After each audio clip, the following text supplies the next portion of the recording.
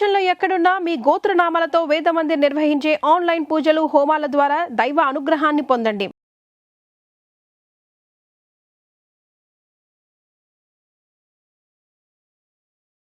జంజీ ఉద్యమం next level E20 petrol మీద పడుతుందని కూడా ఒక వార్తలు వస్తున్నాయి. అదే ప్రభుత్వం ఏం చెప్తుందంటే E20 బ్లెండింగ్ వల్ల దగ్గరగా 2,00,000 కోట్ల రూపాయలు మనం మిగిలిచామనే ఒక విషయం చెప్తుంది. నిజంగా అదే నిజమైతే మన దేశంలో పెట్రోల్ రేట్లు ఎందుకు తగ్గించలేదు? ఆ మిగిలినటువంటి 2,00,000 కోట్ల రూపాయలని వినియోగదారునికి ఎందుకు షేర్ చేయట్లేదు? E20 అనేటువంటిది ప్రభుత్వం స్పష్టంగా మేము 20% ఇథనాల్ను 80% పెట్రోల్ని బ్లెండ్ చేశామని ఇంతవరకు ఎక్కడ ప్రకటించలేదు.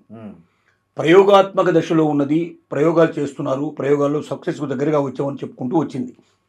యాక్చువల్గా నితిన్ గడ్కరీ తను సొంతంగా తీసుకున్న నిర్ణయం ఇది. వాస్తవంగా తన కుమారుడు ఒక ఇథనాల్ ఫ్యాక్టరీ నడుపుతున్నాడు మహారాష్ట్రలో. అవును, ఆ ఫ్యాక్టరీలోంచి తీసుకొని అక్కడ ప్రయోగాలు చేసి ఆ ప్రయోగాలు సత్ఫలితాలు ఇచ్చిన తర్వాత దాన్ని దేశమంతా కూడా ప్రయోగించమని చెప్పి పెట్రోల్ ఏదైతే కంపెనీస్ ఉన్నాయో వాటిని రిక్వెస్ట్ చేసి వాటి ద్వారా దీన్ని అమలు పరిచే ప్రయత్నం చేశాడు.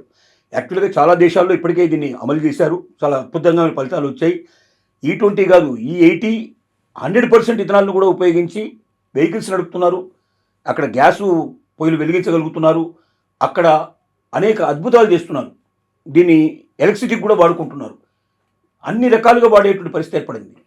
కాకపోతే భారతదేశం ఆ రకమైనటువంటి ప్రయోగాలన్నింటినీ తెలుసుకొని ఇక్కడ కంప్లీట్ చేయాలి. కానీ ఎందుకు చేయలేదు ఇప్పటిదాకా అంటే, సెంట్రల్ గవర్నమెంట్కి స్టేట్ గవర్నమెంట్కి లక్షల కోట్లు తెచ్చి పెడుతున్నది ఏమిటి అంటే పెట్రోల్ డీజిల్.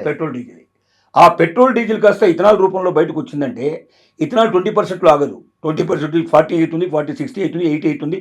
కొన్నాళ్ళు పోయిన తర్వాత మొత్తం ఇథనాలే వాడే పరిస్థితి ఏర్పడితే మారుతి వాడు 85%తో ఒక కార్ కూడా లాంచ్ చేసి ఆల్రెడీ చేశారు. మిగతా కంపెనీలు కూడా చేయబోతున్నాయి. ఈ పరిస్థితి ఏర్పడితే రేపు పొద్దున భవిష్యత్తు లోపల వీళ్ళకి కనీసం ఒక ఇప్పుడు వస్తున్నటువంటి ఆదాయంలో 10% కూడా రాదు. ఎందుకంటే దాని మొత్తం అది తయారీ అయ్యేటువంటి విధానానికి 10 రూపాయలు 15 రూపాయల లోపల ఇథనాల్ 1 లీటర్ మనకు దొరుకుతుంది.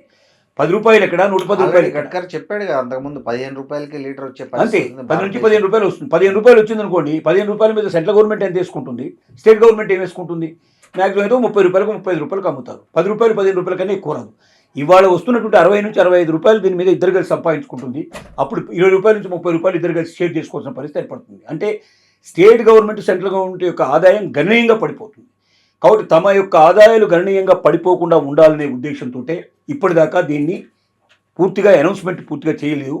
అయితే అనధికారికంగా దీన్ని కలపడం స్టార్ట్ చేసి చాలా రోజుల నుంచి దీన్ని స్టార్ట్ చేశారు, నడుస్తూనే ఉంది. అది కొన్ని అక్కడక్కడ బండ్లలో కొంచెం తేడాలు వచ్చినట్టు కనబడుతుంది. కానీ వాస్తవంగా అయితే ఇథనాల్ వల్ల బండి లోపల మైలేజ్ తేడా వచ్చేటువంటి పెద్దగా ఉండదు, చాలా తక్కువ, 0.2%, 0.3% లోపల తప్ప అంతకన్నా ఎక్కువగా తేడా ఉండదు. రెండోది, ఎక్కువ బర్నింగ్ సెన్సేషన్ ఉండటం వల్ల, దీంట్లో బర్నింగ్ కెపాసిటీ ఉండటం వల్ల తొందరగా ఈ బర్నింగ్ పెంచడం వల్ల బండి చాలా స్మూత్గా రన్ అయ్యేటువంటి అవకాశాలు కూడా దీనివల్ల ఉన్నాయి. దీనివల్ల ఇంకో వచ్చేటువంటి లాభం ఏమిటంటే, ముఖ్యంగా ఇథనాల్ వల్ల రైతులు విపరీతంగా లాభపడే అవకాశాలు ఉన్నాయి.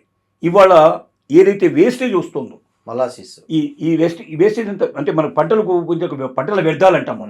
ఈ పంట వ్యర్థాలన్నింటినీ ఏం చేస్తున్నారు, కాల్ చేసేసి దానివల్ల మొత్తం టోటల్గా ఢిల్లీని పొల్యూషన్ చేసేసారు, మన హైదరాబాద్ పొల్యూషన్ చేస్తున్నారు, ఇంకా దేశం మొత్తం కూడా పొల్యూషన్ అయ్యే అవకాశాలు ఉన్నాయి. కానీ ఇదే వ్యర్థాలను తీసుకొచ్చి ఇథనాల్లో వాడితే ఇథనాల్ తయారవుతుంది.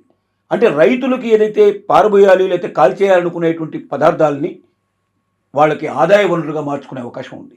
దీని లోపల ముఖ్యంగా చెరకు పిప్పి, అట్లాగే బియ్యము, మొక్కజొన్న ఇలాంటి వాటికి సంబంధించిన వేస్టేజ్ కానీ, బియ్యం నుంచి వచ్చే వేస్టేజ్ కానీ, ఇలాంటి అనేక రకాల వ్యర్థాలు, తర్వాత కోసేసిన తర్వాత పంటకు సంబంధించిన వ్యర్థాలు, ఇవన్నీ ఉపయోగించి తయారు చేయొచ్చు. ప్రతి పల్లెటూరులో కూడా ఒక ఫ్యాక్టరీ స్టార్ట్ చేసే అవకాశం ఉంది. వేలాది మందికి ఉపాధి దొరికే అవకాశం ఉంది, లక్షలాది మందికి ఉపాధి దొరికే అవకాశం ఉంది. ఒకవైపున ఉపాధి కల్పన జరుగుతుంది, రెండో వైపున రైతులకి ఇప్పటిదాకా వ్యవసాయం దండగానేటువంటి పరిస్థితి నుంచి వ్యవసాయం పండగనేటువంటి పరిస్థితి ఏర్పడుతుంది. వ్యవసాయదారులందరూ సంతోషపడతారు, వాళ్ళకి అదనపు ఆదాయం వచ్చే అవకాశం ఏర్పడుతుంది. ఒకవేళ పంట లోపల సరిగ్గా రాకపోయినా ఈ వ్యర్థాల వల్ల వస్తుంది. తర్వాత అప్పుడప్పుడు మీకు అతివృష్టి అనావృష్టి వల్ల పంటలు నాశనం అవుతున్నాయి. ఆ నాశనమయ్యే పంటలన్నీ కూడా మీకు మొలాసిస్లో వీటిలో అంటే దీనికి సంబంధించిన ఇథనాల్లో ఉపయోగపడుతుంది. ఇలా ఇథనాల్లో ఉపయోగపడటం వల్ల ఏమవుతుంది, ఆ కనీసం గిట్టుబాటు ధరలన్నా కనీసం వాళ్ళకు దొరికే అవకాశం ఉంటుంది. ఆ సంవత్సరానికి వాళ్ళు కనీసం ఆనందంగా సంతోషంగా గడపడానికి అవకాశం ఏర్పడుతుంది. ఇన్ని రకాలుగా అవకాశాలు ఉన్నాయి దీనివల్ల. ముఖ్యంగా పర్యావరణ పరిస్థితి కాలుష్యం అంతా కూడా నివారించబడుతుంది. ఇవాళ మనకు దొరికేటువంటి పెట్రోల్ కానీ డీజిల్ వల్ల కానీ వీటి వల్ల మనకు కర్బనకు సంబంధించినటువంటి కర్బనాలు ఏవైతే ఉన్నాయో రిలీజ్ అవుతున్నటువంటివి గాలిలో కలిసిపోయి మొత్తం కార్బన్ డైఆక్సైడ్ అంతా వ్యాపించేసిపోయి మనుషులందరూ కూడా ప్రాణాపాయాలు జబ్బులు రావడానికి అవకాశాలు ఏర్పడ్డాయి. కానీ ఇథనాల్ లోపల అవన్నీ లేవు. ఎందుకంటే ఇవి వ్యవసాయ ఆధారిత వ్యర్థాల నుంచి తయారవుతుంది కాబట్టి ఇది చాలా మంచిది.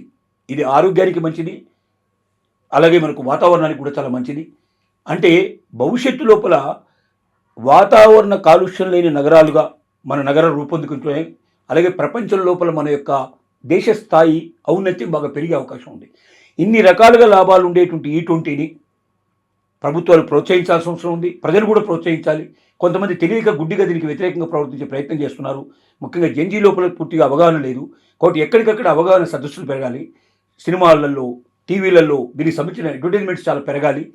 ఇది వాస్తవమైన పరిస్థితుల్లో తెలియాలి. ఒకవేళ ఆ డౌట్సే ఉంటే ఏం చేయాలి ప్రభుత్వం అంటే, ఇథనాల్ కలిపినటువంటి ఈ రేటు, కలిపినటువంటి పెట్రోల్ ఈ రేటు, కలపనటువంటి పెట్రోల్ ఈ రేట్ అని రెండు వేరువేరుగా ఇప్పుడు రెండు వేరువేరుగా వేరువేరుగా అమ్మినప్పుడు ఆటోమేటిక్గా పబ్లిక్ తెలిసే అవకాశం, ఇష్టమైతే కొనుక్కుంటాడు, లేకపోతే లేదు. దానికి వ్యతిరేకించాల్సిన అవసరం కానీ గొడవ పెట్టాల్సిన అవసరం కానీ ఉండదు. నీకు 110 రూపాయలు పెట్టి అది కొనుక్కుంటావా?